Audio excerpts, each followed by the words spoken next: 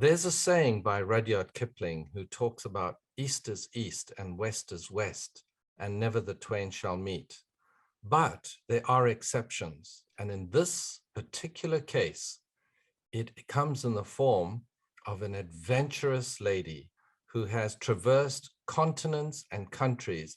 And with it, she brings her own very special, that I would term a je ne sais quoi. She is charismatic, interesting, as you will find out.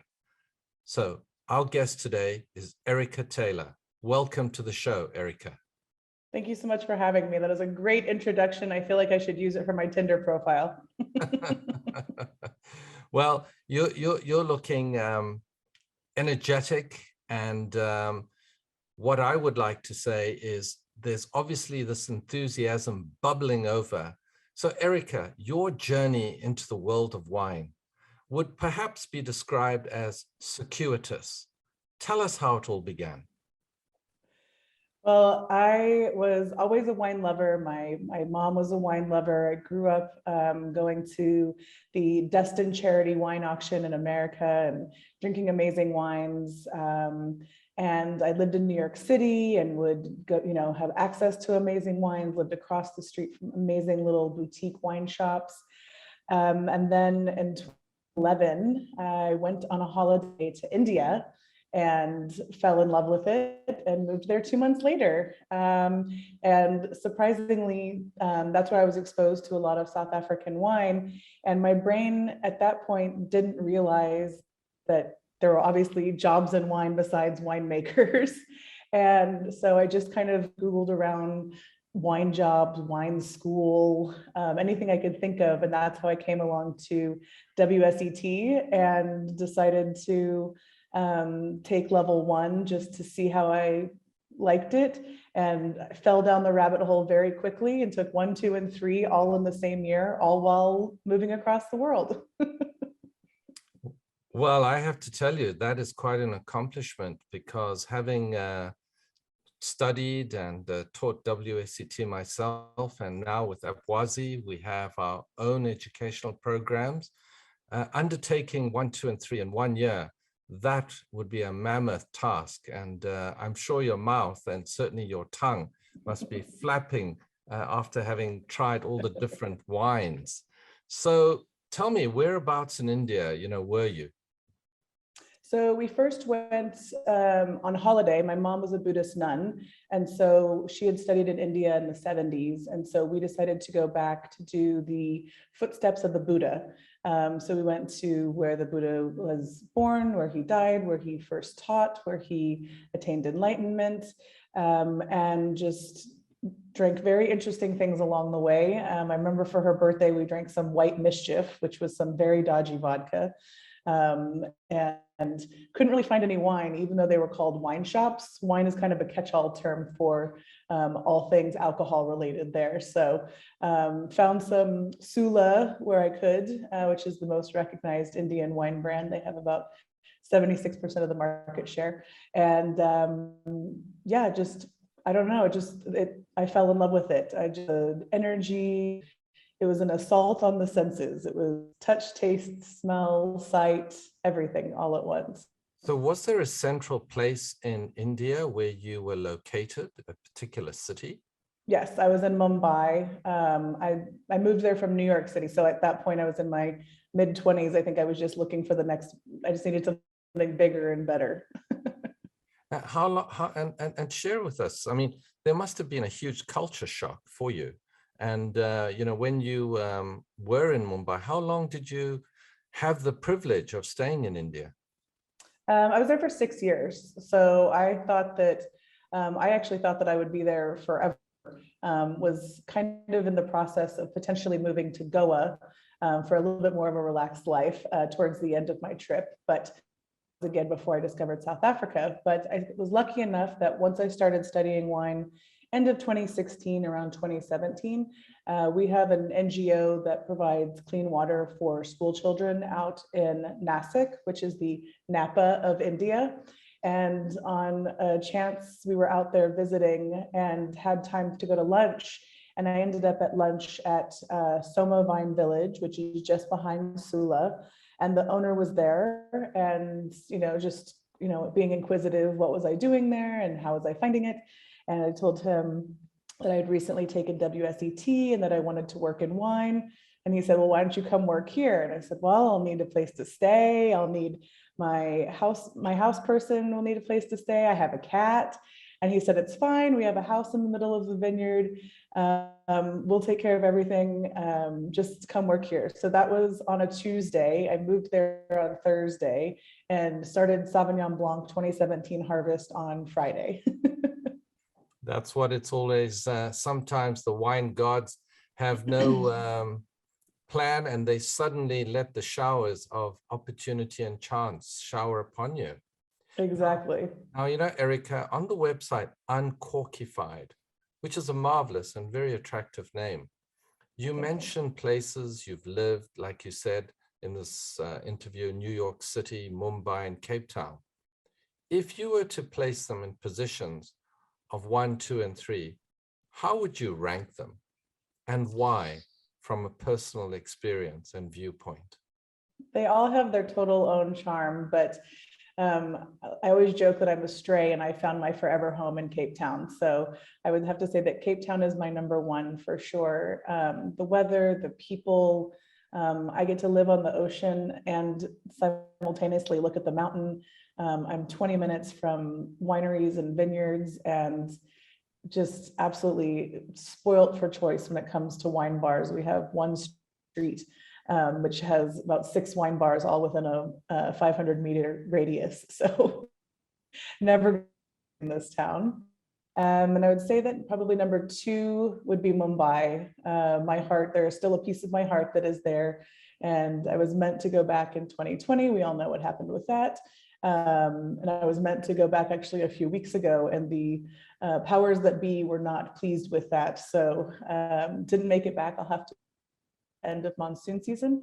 And then I would say New York number 3, only because it's changed since in my opinion, since the, roaring 70s, 80s, 90s, early 2000s. All of my shops became a pharmacy or a bank. Couldn't just find those kind of like cool hole in the wall places anymore because they couldn't really afford it. And anybody who's ever lived in New York or been to New York, you pay just to breathe the air there. So, of course. So, I was expecting a stronger American accent, and it seems that it's been diluted over the years, and the territories have claimed their right to you. That is, well, if you ask a South African, that's definitely not the case. They think that I have a very strong American accent. I like to think that I've kind of become an amalgamation of all the places that I've been. And, living in India, you had to learn to speak enough Hindi to get by. So when I start speaking Hindi, I have a little bit of an Indian accent. When I say Afrikaans words, I try to have an Afrikaans accent. All my Afrikaans friends laugh hysterically because I can't get the ches right. But yes, I also grew up all over America, so I have a very kind of nondescript accent in that way as well. Well, as I said at the beginning of this interview, certainly adventurous. Now, having been to India myself several times over and enjoying the country, the people, Mumbai must have been an eye-opening experience. The sights, the flavors, the sounds of one of the world's most populous cities. Why did you decide to travel to Mumbai? I know you mentioned perhaps with your mother, but was there perhaps romance, business, or just pure curiosity? I think it was pure curiosity. I joked with my mom that before we went, I thought I was going to get malaria and sold on the black market. And we ended up flying Air India. And I will never forget the second that the dirt and the dust and the smell hit me. Before I even got off the airplane, I was like hooked. And we traveled about, and we actually had only planned to spend a day and a half in Mumbai because everyone was like, it's so dangerous, it's so scary, don't go there. And so we were totally freaked out. And I was lucky enough to have an acquaintance from New York that had moved there for work. So he kind of took me out for the day and for the evening. And I just remember getting on the plane being like, this is it. This is where I'm supposed to be. And I flew back to New York and met all my friends and told them I'm moving to India. And they said, yeah, right, have some more wine. And then 2 months later, I made a plan and there I was. So let's get this right. You went there with your mother the first time, who, just to revisit, as she's a Buddhist nun. And you spent some time with a friend in New York City who was in Mumbai at the time. And then you left and you went back after that visit, and then you decided to go out on your own again to stay. Now, yep, so I went there 2 months. I went there 2 months later, and I booked you can't book a one-way flight. They want you to make sure you're going to come back. So I booked the first flight as long as I possibly could, which was 6 months, and stayed and got myself settled, applied for a different visa, went back to America, got that visa, and came back and got rid of my apartment in New York and just basically stayed the entire time after the second time I went back. So Erica, you definitely have that chiseled determination and sort of relentless, I'm going to get it done attitude, which is... I think I trust my gut. I trust my gut more than anything. And I always say that it wasn't a later in life thing. When I was looking for colleges to go to, I went and toured a bunch of schools, and I was kind of ambivalent as to where I wanted to go. And then I stepped foot on the campus that my family in Texas wanted me to go to, and I hadn't even thought of it. As soon as I stepped foot on the campus, I knew that's where I wanted to go, and that was the only school I applied to, and that was the school that I got into, and that's where I went. So that's pure unbridled determination. So congratulations on that. Many people seek that. So well done, Erica. Now, you've been to many restaurant scenes. Tell us about the best restaurant experience in Mumbai that you had. So there are so many experiences. If you want fine dining, if you want street food on the side of the road, you can get absolutely anything. I think one of the top places that comes to mind is a place that's still there. It's called The Table, and it's downtown in Colaba. When they first opened, they had actually an American chef. He's actually since gone out and has his own restaurant, which I have not been to yet. And it's called, I believe, Americano. But The Table is just absolutely stunning, fantastic. They have sommeliers that work on the floor. The owners you can always find them there and they're probably booked every night solid. They're right by the gateway of India, and the food is just world class. It's fusion. No chicken biryani or vindaloo on the menu, but absolutely like exquisite food, and definitely one of the best wine lists that I've seen in India. But I haven't been back in 4 years, and I've heard a lot's changed. So that was my favorite restaurant. I think it was also just voted one of the top 100 restaurants in the world in the last few weeks, if I'm not mistaken. So that is Mumbai. Now, what about in New York City? Focusing on New York, how did your wine experience? I mean, what was it like for you there, and also the restaurant experience? So the thing that I actually miss the most about New York, which I definitely didn't get and still don't get in Cape Town, was New York. Your houses are so small, your kitchens are small. You're not going to be cooking a huge feast. You have a small refrigerator to keep everything in any which way. So it's perfectly normal to pop down to the restaurant or bar down the road and have dinner by yourself at the bar. And I was lucky enough to live next to two such places, one called French Roast, which is no longer there, but one called Le Express in the 20s, which has been around for ages and probably never going anywhere. And I was really able to explore food and wines by the glass. So, chatting with the bartenders, becoming friends with them. There's other like-minded people sitting at the bar, having meals by themselves. Oh, what are you drinking? What are you having? It was such an amazing conversation starter. And in Mumbai, you wouldn't really go to a bar by yourself. Here, I go to wine bars by myself, but that's because I know everybody. But if you were just, you know, person off the street, you probably wouldn't really go to a bar by yourself. So I do miss that aspect of it. And South Africa is definitely different to Dallas, Texas, where you studied, right? And so coming Very much to South Africa, why did you select South Africa as your next stop in your personal wine pilgrimage?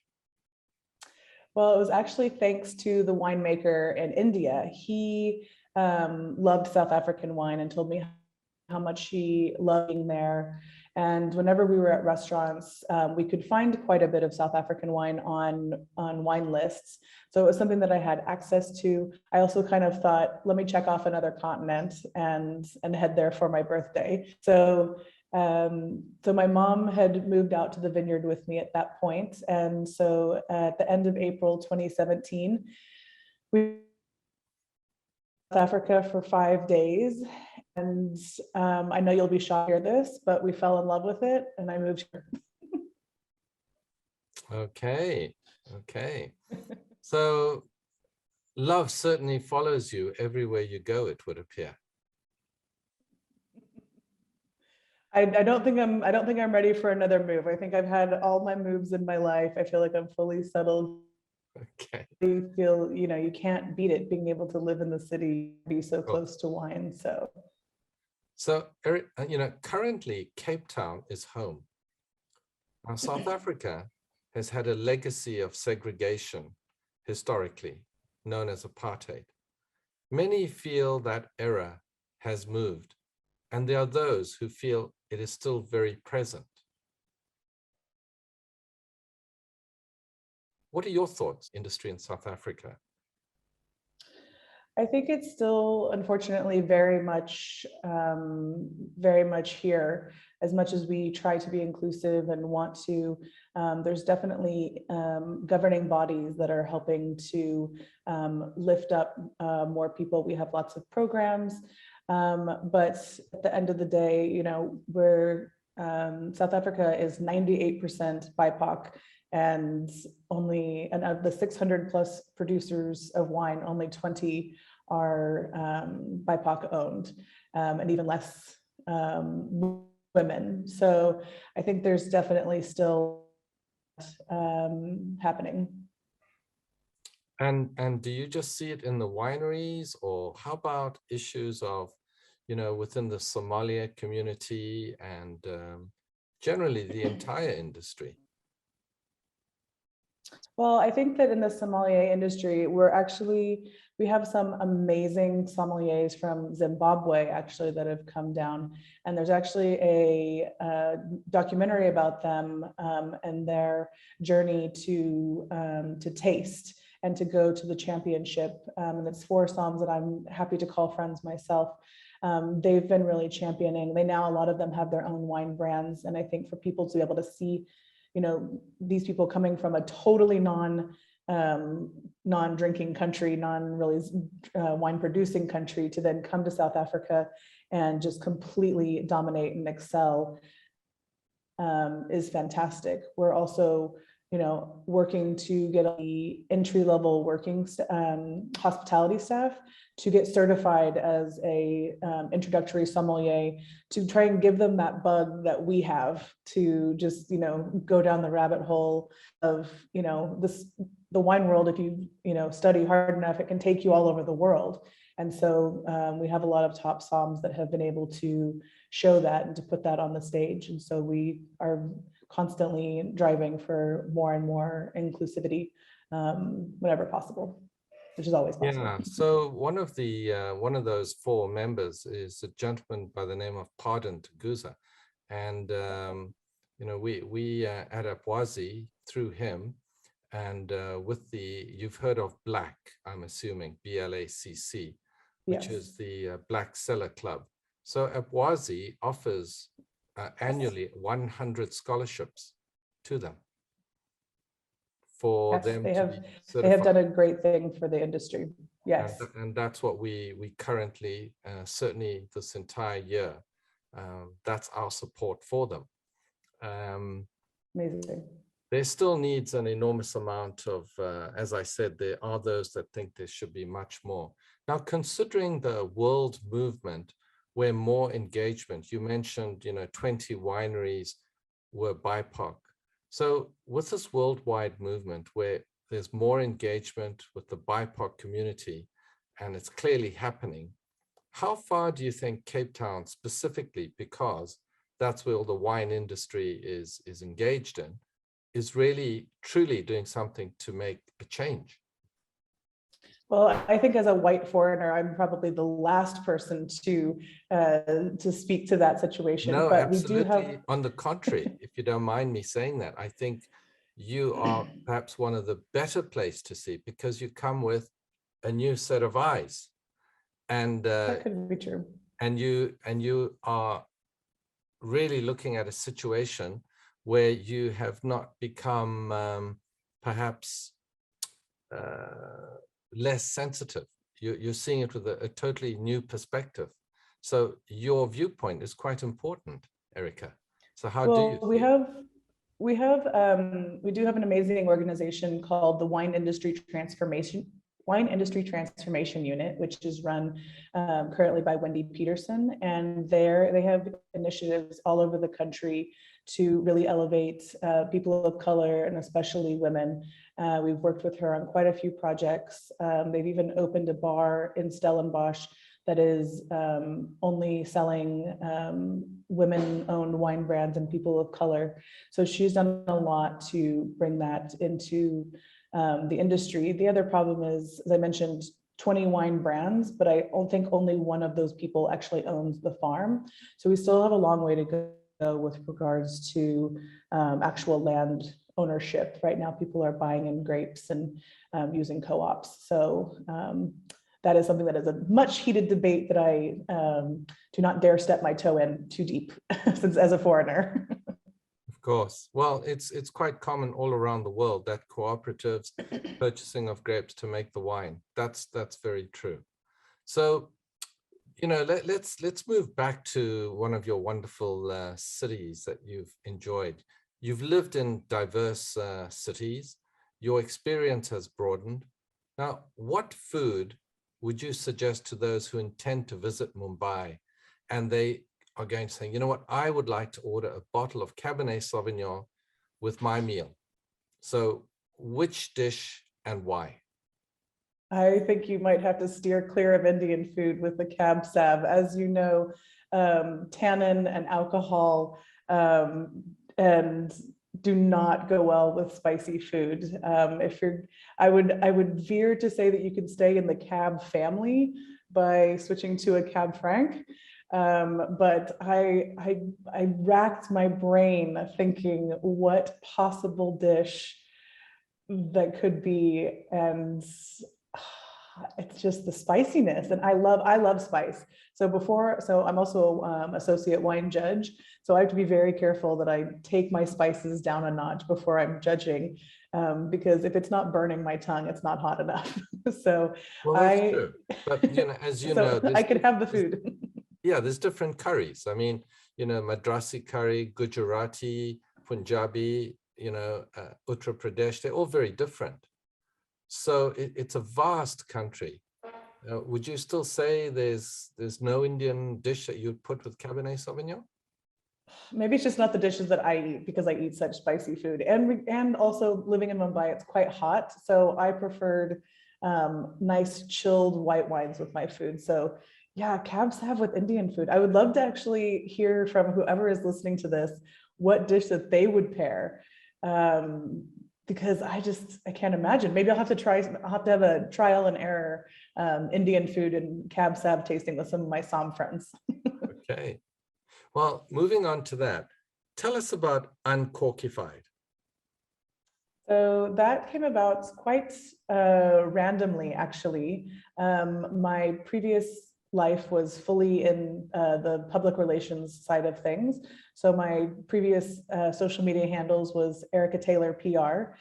And I was talking to one of my friends named Kristen when I first moved here. And I was like, I'm in wine. I don't understand why no one's inviting me to these tastings.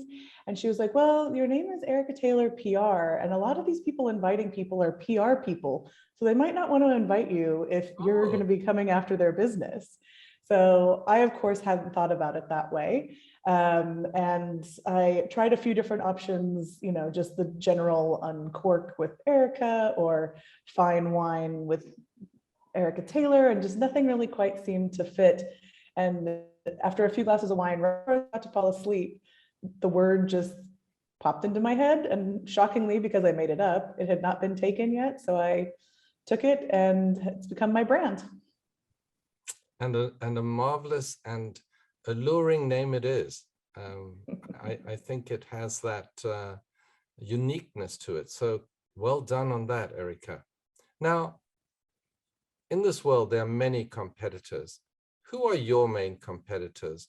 And for any wineries listening now, people involved with wineries, why should they select you as opposed to others?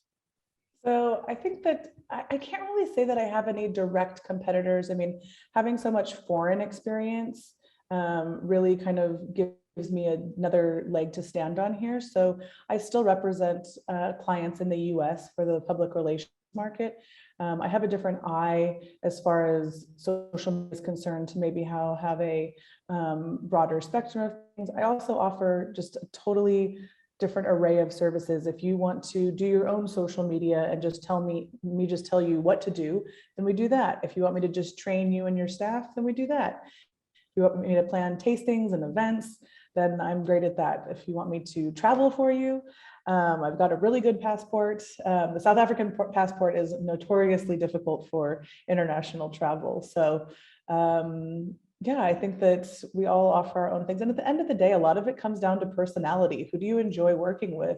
Whose personality, who do you want to grab a drink with at the end of a, tough business conversation? So I think that has a lot to play into it, maybe even more so than actual skills. So it's really about that relationship, the building of that bridge. Yeah.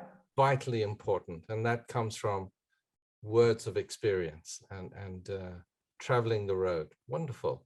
Now, exactly. You've tried so many foods, you've met so many people. Erica, your perfect pairing of food and wine, what would that be?